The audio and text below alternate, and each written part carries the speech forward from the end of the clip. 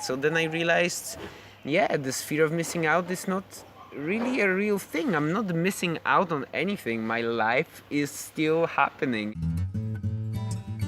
Hello everyone, I'm Sylvia, And I'm Michał.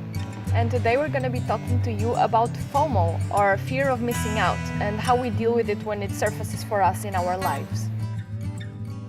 If you haven't checked it out yet, we are now offering online relationship coaching and life coaching sessions. All the details are on our website, so check it out. And before you commit to any sessions, you can get a free 30-minute consultation. We're super excited to connect with you and to take on this journey together and help you live the life of your dreams.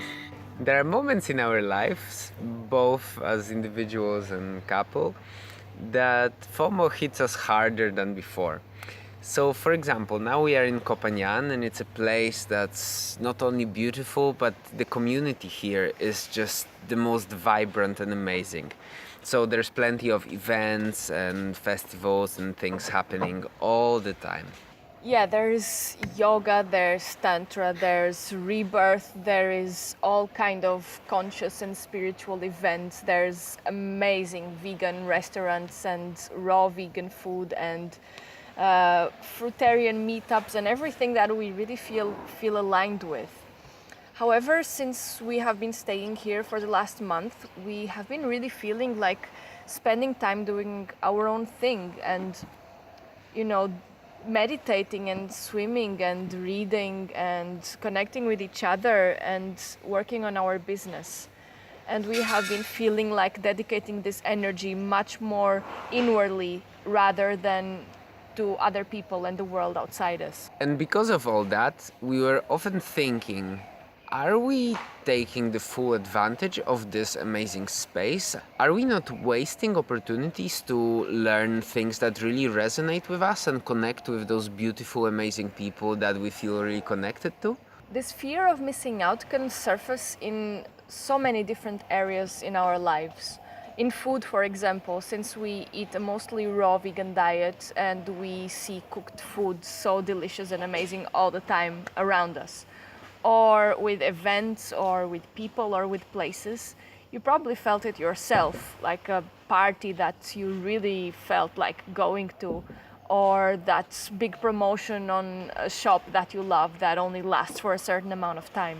And when we feel that pressure that sometimes doesn't really feel aligned with us, it can be very challenging to see through it and overcome it. So, how do we deal with FOMO and how do we bring balance back to our lives? Well, we do this regular practice where we just ask ourselves, how do we feel? What do we want to be doing? This way we can easily verify if what we feel is a real need or just fear of missing out. Some tools that we use are meditation, journaling, sharing with each other and discussing and brainstorming.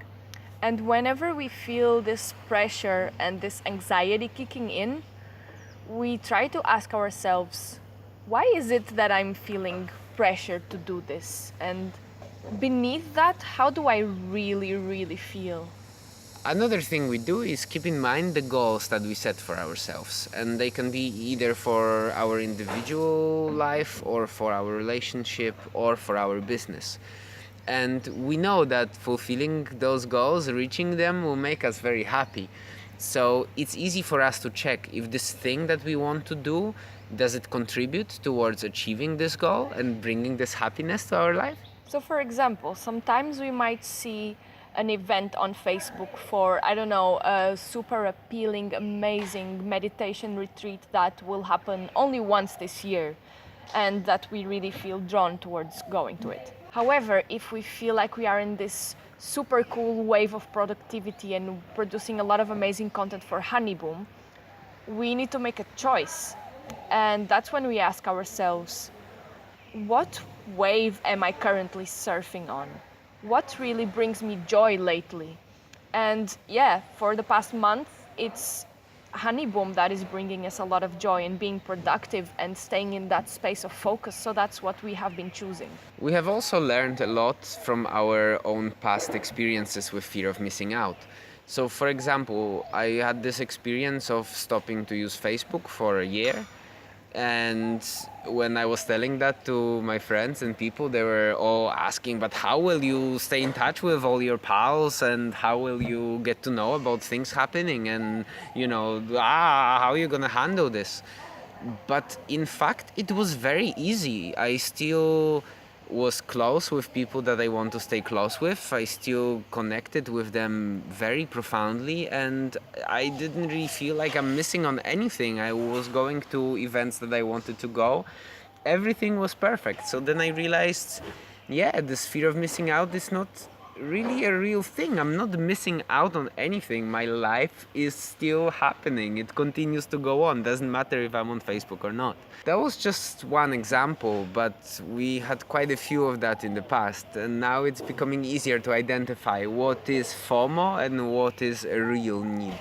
We also found that our approach to events and meetups has changed quite a lot. For example, for me, before I would go to an event and I would almost always stay until the very end, because there was this fear of missing out on whatever other people would be doing after I leave, or this pressure to fully enjoy it until the end. And even if sometimes I was just tired and not really feeling like being there. And now it's much easier for me to just listen to my body and be at peace with whatever I feel like doing in that moment. So whenever I feel tired, I just can say to myself, okay, let's go home. It's okay. The key for us is really to try to get to know our own selves.